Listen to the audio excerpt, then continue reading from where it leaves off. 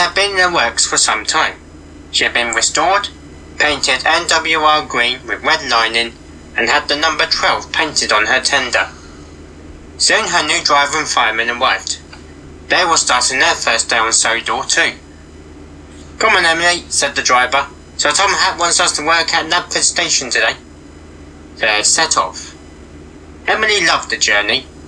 It had been a while since she had a roaring fire inside her firebox, and she was enjoying the chance to stretch her wheels. She soon arrived in the yard next to Knapford Station, where she found a small blue tank engine shunting a train of trucks together. "Good morning, I'm Thomas. You must be the new engine we've heard about, the one Boko saved." "That's me, call me Emily." Then they heard a guard's whistle. "Oh, sorry, can't stop. I've got to take these trucks to Toywick and be back in time for my next passenger service." And Thomas rushed away. Then the Fat Controller arrived. "I want you to start with shunting in this yard. Then you can take the 1 o'clock passenger stopping service to Kildane." "Yes, sir," said Emily, and she went to work. The Fat Controller wanted to watch Emily work, but the station master came up to him. "Excuse me, sir. Phone call for you. It's the VAT inspector." "What does he want this time?" he grumbled, and went straight to his office. For the rest of the morning, Emily shunted trucks and arranged goods trains for the other mainline engines. After Emily finished shunting, her driver looked at his watch. "1:45, he said. "We'd better find you some coaches for your train." In the yard, they found 2 light brown coaches.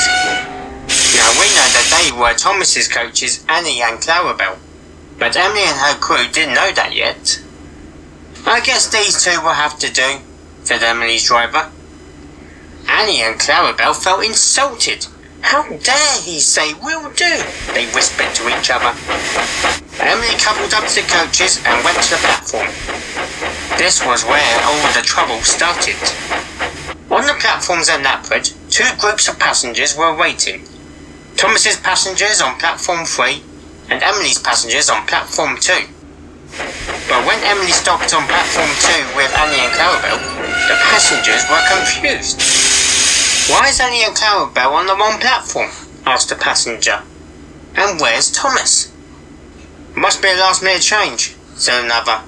"Everyone knows that Annie and Clarabelle only works on Thomas's branch line." So Thomas's passengers climbed aboard the coaches. When the guard blew his whistle, Emily set off for Kildane with Thomas's passengers, leaving her actual passengers behind.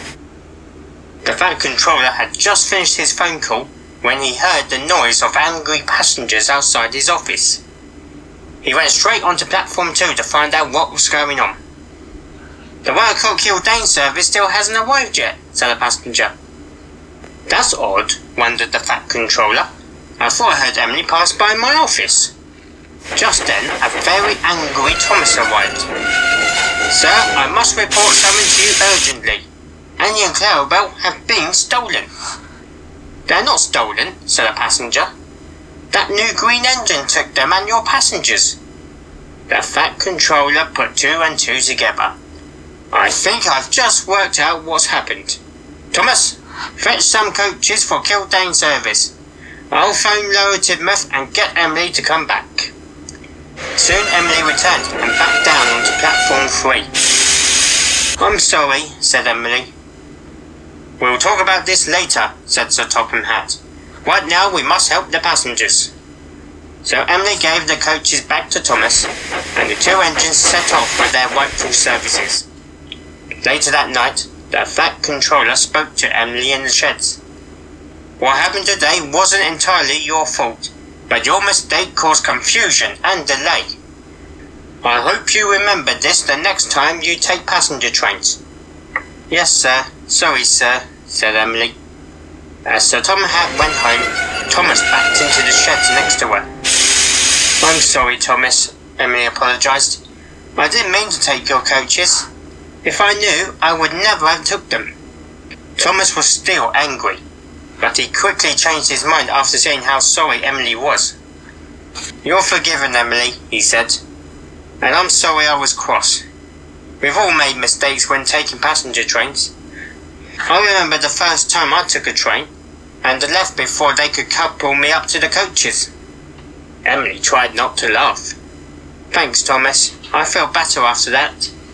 No problem, replied Thomas. And you're more than welcome to help out on my branch line. I'm sure Percy and Toby would love to meet you. And with that, the two new friends talked until they fell asleep.